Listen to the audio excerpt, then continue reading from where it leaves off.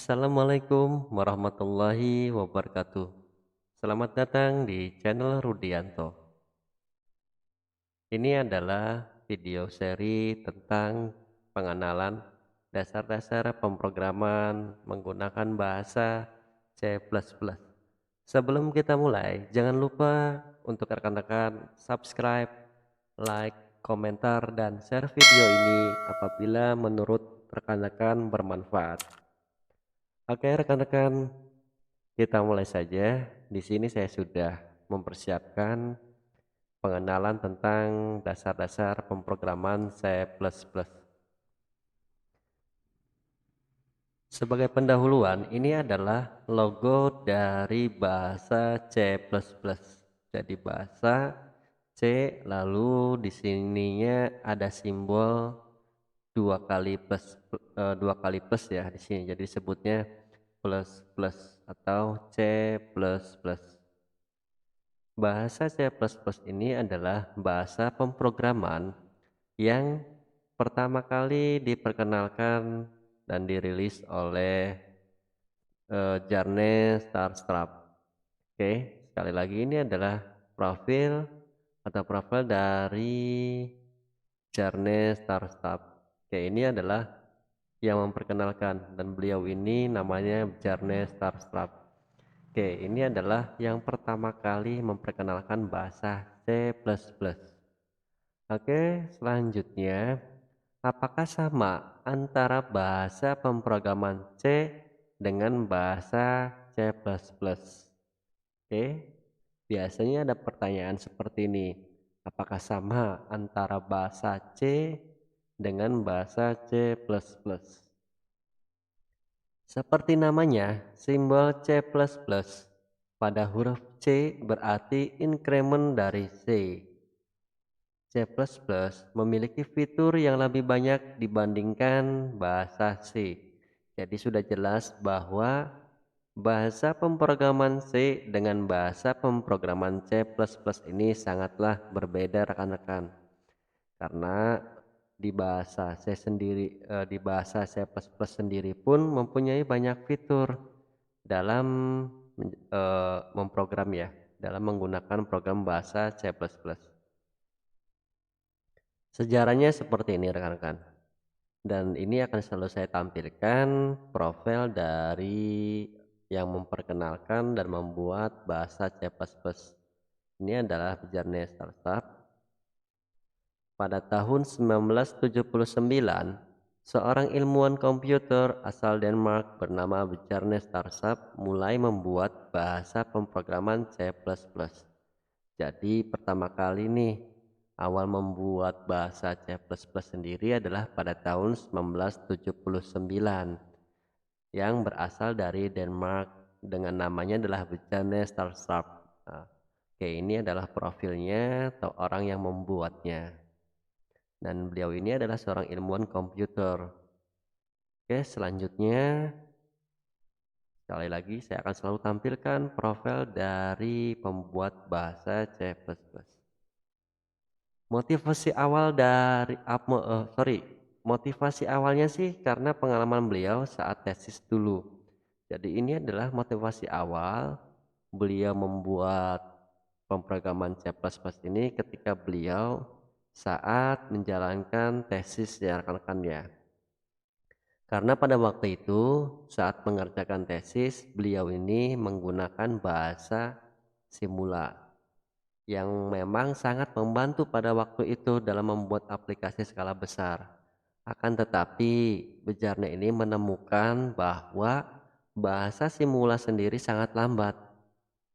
Ya, jadi karena memang sedang menjalankan sebuah tesis dan menjalankan sebuah tesis ini, beliau menemukan bahasa Simula yang memang sangat lambat ketika digunakan oleh Bjarne Startup ini. Oke, selanjutnya karena memang alasan seperti ini, beliau lalu pada tahun 1982 bahasa baru ciptaan Bjarne ini diberi nama dengan C++ dan juga ditambahkan beberapa fitur seperti kelas, virtual function, operator, overriding reference, constant, dan lain-lain. Jadi pada tahun 1982 ini, Bjarne sendiri memberikan nama bahasa pemrogramannya itu C++. Alasannya karena memiliki fitur lebih banyak dibandingkan bahasa C. Nah, fiturnya apa saja? Ya, ini fiturnya. Ada class, virtual function, operator overloading, reference, constant. Nah, hal inilah yang membuat kelebihan dari bahasa C++, karena memang banyak fitur tambahannya. Oke, selanjutnya pada tahun 1985, Bjarne Startup ini meluncurkan sebuah buku dengan judulnya adalah The Programming Language, ya, The C++ Programming Language, yang diterbitkan dan menjadi satu-satunya referensi bahasa C++ pada saat itu. Jadi pada saat itu nih, pada tahun 1985, buku pertama kali yang diterbitkan oleh Bjarne Startup ini judulnya The C++ Programming Language. Jadi bahasa pemrograman C++ pertama dan satu-satunya bahasa C++ pada saat itu ya. Oke, ini satu-satunya referensi ya. Dan ini adalah cover dari sebuah buku yang dibuat oleh Bjarne Startup itu. Oke, C++ di sini. Nah, judulnya ini The C++ Programming Language. Nah, ini adalah special edition. Jadi memang buku spesial buku ini karena mengupas tuntas tentang program-program menggunakan bahasa C++. Oke, lanjut lagi, masih dalam sejarahnya. Pada tahun 1989, C++ versi kedua dirilis dan diikuti rilis buku dengan judulnya adalah The C++ Programming Language Second Edition. Jadi ini adalah edisi kedua, spesial edisi kedua yang dirilis versi kedua. Nah, gitu. Tahunnya tahun berapa? Tahun 1989. Fiturnya juga ditambahkan lagi di C++ ini. Ternyata fitur yang ditambahkan juga seperti abstrak dan protected member. Jadi ternyata rilisnya versi kedua ini juga ada tambahan juga di C++ sendiri. Oke, rekan-rekan. Lalu pada tahun 1998, C++ memiliki standar bahasa yang dinamakan C++98. Jadi kalau rekan-rekan ingat di sini bahwa di belakang C++ ada 98. 98 ini menandakan tahun rilisnya, yaitu 1998. Jadi inilah pertama kali rilis yang menggunakan standar bahasa dan dinamakan C++98. Jadi sekali lagi, versi bahasa C++ akan mengikuti standarisasi yang digunakan. Contoh, untuk C++98 artinya versi bahasa C++ yang menggunakan standarisasi tahun 98.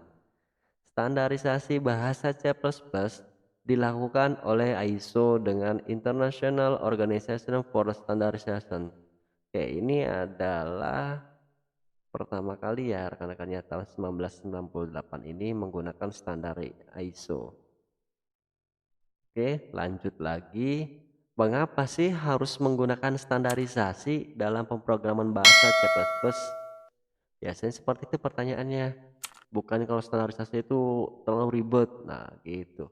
Nah, di sini jawabannya rekan-rekan ya. Ini agar bahasa C++ tidak diimplementasikan seenaknya. Nah, begitu. Soalnya banyak yang membuat compiler bahasa C++. Jadi karena saking banyaknya orang-orang membuat compiler bahasa C++, Maka dibuatlah standarisasi karena memang seenaknya di sini tuh ada tulisan seenaknya membuat compiler. Nah, oleh karena itu dibuat standarisasi tujuannya. Dari standarisasi ini agar semua compiler tersebut sama. Jadi tujuannya memang bagus ya rekan-rekan ya. Untuk standarisasi ini agar semua compiler tersebut sama. Seperti itu.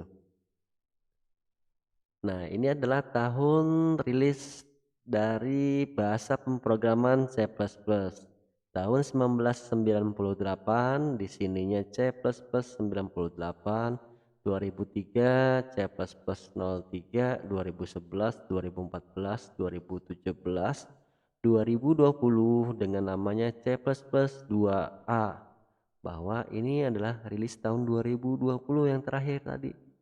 Nah, ini saya kutip dari eee, berapa ya, 2 tahun yang lalu lah ini. 2 tahun yang lalu masih sedang dibuat dan pada tahun 2020 sekarang ya, nih. Oke, lanjut lagi. Contoh aplikasi yang dibuat dengan C++ itu seperti apa? Apakah monoton? Enggak. Jadi bahasa C++ ini sangat familiar sebenarnya. Hanya saja rekan-rekan bingung. Mau buat apa menggunakan bahasa C++? Apakah hanya sekedar tugas dari dosen, dari guru, apakah hanya tugas kuliah-kuliah saja? Nah, jadi sebenarnya bahasa C++ ini tidak monoton ya kadang ya. Dan kadang ada yang bilang, ah bahasa C++ itu adalah bahasa yang kuno, ada yang seperti itu. Jadi jawabannya salah rekan-rekan. Jadi bahasa C++ ini tidak kuno. Justru bahasa pemrograman C++ ini adalah bahasa pemrograman yang up to date. Dan biasanya rekan-rekan juga menggunakan aplikasi yang dibangun oleh bahasa C++. Hanya saja rekan-rekan tidak tahu apakah itu dibuat menggunakan bahasa C++. Oke, saya akan contohkan di sini beberapa list ataupun contoh aplikasi yang dibuat menggunakan bahasa C++.